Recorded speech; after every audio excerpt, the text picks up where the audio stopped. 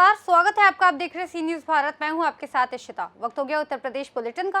इस बुलेटिन में बात होगी महाराजगंज की, जहां वन नेशन वन इलेक्शन को लेकर केंद्रीय वित्त राज्य मंत्री ने की बैठक। आगे बात करेंगे बहराइच की, जहां बहराइच पुलिस के द्वारा सघन वाहन चेकिंग अभियान जारी। केंद्रीय वित्त राज्य मंत्री पंकज चौधरी आज महाराजगंज जिला मुख्यालय स्थित जिला पंचायत सभागार में आयोजित एक राष्ट्र एक चुनाव विषयक प्रबुद्ध समागम मुख्य अतिथि के रूप में शामिल हुए। प्रबुद्ध समागम में चर्चा करते हुए समाज के सभी वर्ग के लोगों ने भारतीय लोकतंत्र को मजबूत करने व देश के विकास कार्यों में तेजी लाने के लिए एक राष्ट्र एक चुनाव को लागू करने पर जोर दिया। कार्यक्रम को संबोधित करते हुए केंद्रीय वित्त राज्य मंत्री पंकज चौधरी ने कहा कि 2014 के बाद से देश को आगे बढ़ाने के लिए प्रधानमंत्री नरेंद्र मोदी के नेतृत्व में पूरे देश में कई बड़े बदलाव हुए। इसमें जीएसटी कानूनों में बदलाव, धारा 370 को हटाने, महिला आरक्षण लागू करने के बाद प्रधानमंत्री नरेंद्र मोदी चुनाव में सुधारात्मक कदम को लेकर वन नेशन वन इलेक्शन का बिल लेकर आए। पत्रकारों से बातचीत करते हुए केंद्रीय वित्त राज्य मंत्री पंकज चौधरी ने कहा कि वन नेशन वन इलेक्शन देश में चुनाव में सुधार का बिल है। प्रधानमंत्री नरेंद्र मोदी का लक्ष्य है कि देश में जो चीजें दिक्कतें करती हैं उनमें सुधार लाया जाए। भाजपा चाहती है कि इस बिल के बारे में निचले स्तर तक के लोगों को इस बिल के बारे में जानकारी हो। आज देश की 32 पार्टियां इस बिल के पक्ष में हैं। देश के लगभग 90% लोगों का मानना है कि वन नेशन वन इलेक्शन होना चाहिए।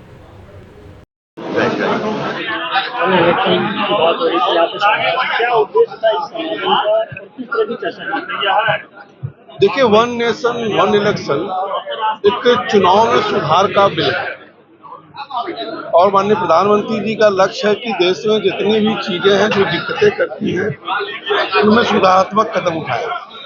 और ये बिल लोकसभा में पेश हुआ था और माननीय गृह मंत्री जी ने इसको उनके प्रस्ताव पर लॉ मिनिस्टर ने जेपीसी को सौंप दिया और जेपीसी के रिपोर्ट के बाद ये बिल हाउस में आने वाला। उसके पहले हम सब चाहते हैं कि भारतीय जनता पार्टी चाहती है कि इस बिल के बारे में निचले स्तर तक लोगों को इसका ज्ञान हो और इस चुनाव वन नेशन वन इलेक्शन से बार बार चुनाव होने से क्या नुकसान होता है, एक मुक्त चुनाव होने से क्या फायदा होगा, इन सब चीजों के बारे में हमारे जो प्रबुद्ध वर्ग के लोग यहाँ थे उनके बीच में भी उनका भी ओपिनियन हम लोगों ने लिया है। इसी प्रकार से समाज के सभी वर्गों में हम लोग जाकर उनकी opinion one nation one election के लिए क्या है उसको लेकर के और हम लोग इसको एक सहमति बनाने का प्रयास करेंगे। महाराजगंज से सी न्यूज़ संवाददाता अंगद शर्मा की रिपोर्ट। बहराइच के थाना दरगाह शरीफ पुलिस के द्वारा वाहन चेकिंग अभियान चलाया जा रहा है, जिसमें बिना हेलमेट चलने वालों पर 3 सवारी चलने पर कार्रवाई की जा रही है तथा यातायात के नियमों के प्रति जागरूक कर हेलमेट लगाकर वाहन चलाने को दरगाह पुलिस के द्वारा बताया जा रहा है। इस दौरान उप निरीक्षक रवि मौर्य, उप निरीक्षक चुनू कुमार, उप निरीक्षक कैलाश प्रसाद चौधरी, उप निरीक्षक विजय शंकर आदि लोग मौजूद रहे। बहराइच से सी न्यूज़ संवाददाता मोहम्मद बिलाल की रिपोर्ट। खबर शाहजहांपुर से, जहां नाबालिग से दुष्कर्म के आरोपी को पुलिस ने गिरफ्तार किया है। आपको बता दें कि 3 अप्रैल को वादनी द्वारा अपनी नाबालिग पुत्री के साथ दुष्कर्म करने के संबंध में तहरीर दी गई थी। प्राप्त तहरीर के आधार पर एनएसएस व पॉक्सो एक्ट में मुकदमा पंजीकृत किया गया था। मुकदमे में वांछित चल रही आशीष को पुलिस टीम ने पकड़िया चौराहा परौर से गिरफ्तार कर न्यायालय के समक्ष पेश किया।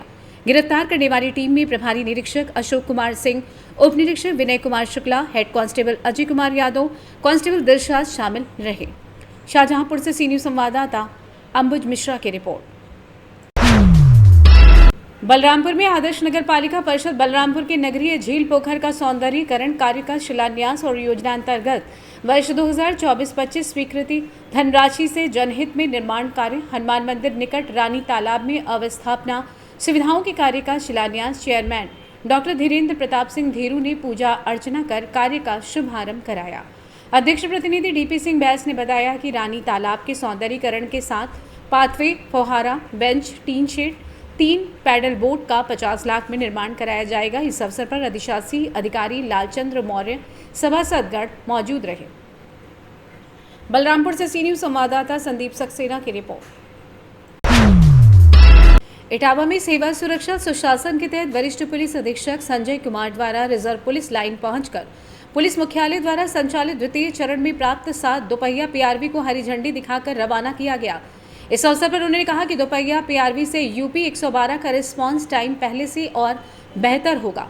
इस दौरान अपर पुलिस अधीक्षक लाइन सुबोध गौतम, पुलिस के अन्य अधिकारी व कर्मचारी गण रहे मौजूद। इटावा से सी न्यूज संवाददाता देवेंद्र।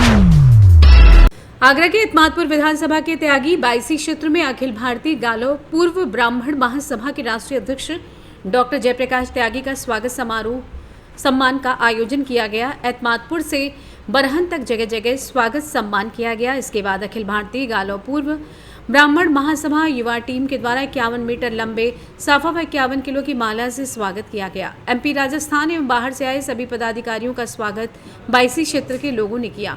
कार्यक्रम में पहुंचे यूट्यूबर मनीष त्यागी, देवकांत त्यागी का भी जोरदार स्वागत किया गया। अखिल भारतीय गालो पूर्व त्यागी ब्राह्मण महासभा के राष्ट्रीय अध्यक्ष डॉक्टर जयप्रकाश त्यागी, सैया ब्लॉक प्रमुख श्रीकांत त्यागी का स्वागत चांदी का मुकुट पहनाकर व श्रीराम की प्रतिमा भेंट कर अखिल भारतीय गालो पूर्व त्यागी ब्राह्मण महासभा के राष्ट्रीय उपाध्यक्ष डॉक्टर जेपी त्यागी ने किया। कार्यक्रम की अध्यक्षता महासभा के संरक्षण हाकिम सिंह त्यागी के द्वारा की गई। डॉक्टर जयप्रकाश त्यागी को 6 माह हुए हैं।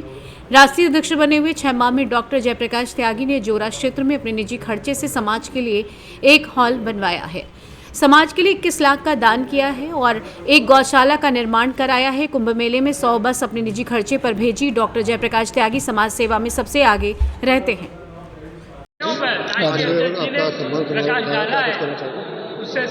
आज बाईसी क्षेत्र में राष्ट्रीय अध्यक्ष बनने के बाद प्रथम आगमन हुआ और अपना अगर मैं कहूँ कि आगरा से मैं फरीदाबाद से निकला और आगरा जब मैं पहुंचा तो बहुत बड़ा काफिला ने मुझे ज्वाइन किया, बहुत बड़े काफिला ने।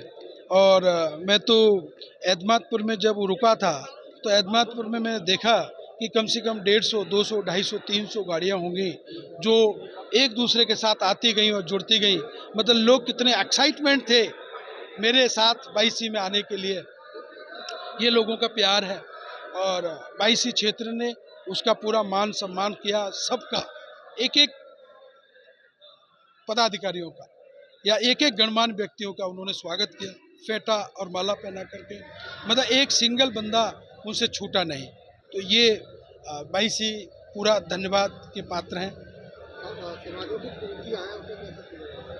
हर समाज में होती हैं, पर कुछ ऐसी चीज़ें हैं जो हमारे समाज में ज़्यादा हैं और दूसरे समाज में कम है, लेकिन अभी समाज मिलकर के उनको दूर कर रहा है। आगरा से सी न्यूज संवाददाता विष्णु बघेल की रिपोर्ट। उत्तर प्रदेश के फर्रुखाबाद जनपद में कलयुगी पिता ने किशोरी के साथ किया दुष्कर्म। मुंह में कपड़ा ठूंस कर दुष्कर्म करने का पीड़िता की मां ने पति पर लगाया आरोप। पीड़ित की तहरीर पर पुलिस ने मुकदमा दर्ज कर मामले की जांच शुरू कर दी है। आपको बता दें कि थाना कंपिल क्षेत्र के एक गांव निवासी महिला ने दर्ज कराई रिपोर्ट में बताया कि 16 अप्रैल को उसकी किशोरी पुत्री घर में अकेले सो रही थी। आरोपी पिता पुत्री को कमरे के अंदर ले गया, वहीं मुंह में कपड़ा ठूंस कर जबरन दुष्कर्म किया। पुत्री की हालत बिगड़ने पर उसने सूचना मां को दी। मां ने पुत्री के साथ थाने आकर तहरीर दी। पुलिस ने पीड़ित की तहरीर पर आरोपी पिता राजू के खिलाफ मुकदमा दर्ज कर लिया है। पीड़ित महिला ने बताया कि उसका पति शराब पीने का आदी था। उसने करीब 2 वर्ष पहले उसके साथ मारपीट कर घर से निकाल दिया था। तब से किशोरी पिता के साथ अकेली रह रही थी। बात होगी तुम्हारे साथ? हम रात को सो रहे थे तो हमारे पापा आके हमारे घर पर सो गए और हमें हमारी घाट पर से उठा के ले गए और अपनी घाट पर लिटा के हमारे साथ गए। अच्छा, इसकी फर्रुखाबाद से सी न्यूज संवाददाता आदेश की रिपोर्ट। इस बुलेटिन में फिलहाल इतना ही। देश और दुनिया की तमाम बड़ी जानकारी के लिए देखते रहिए सी न्यूज भारत।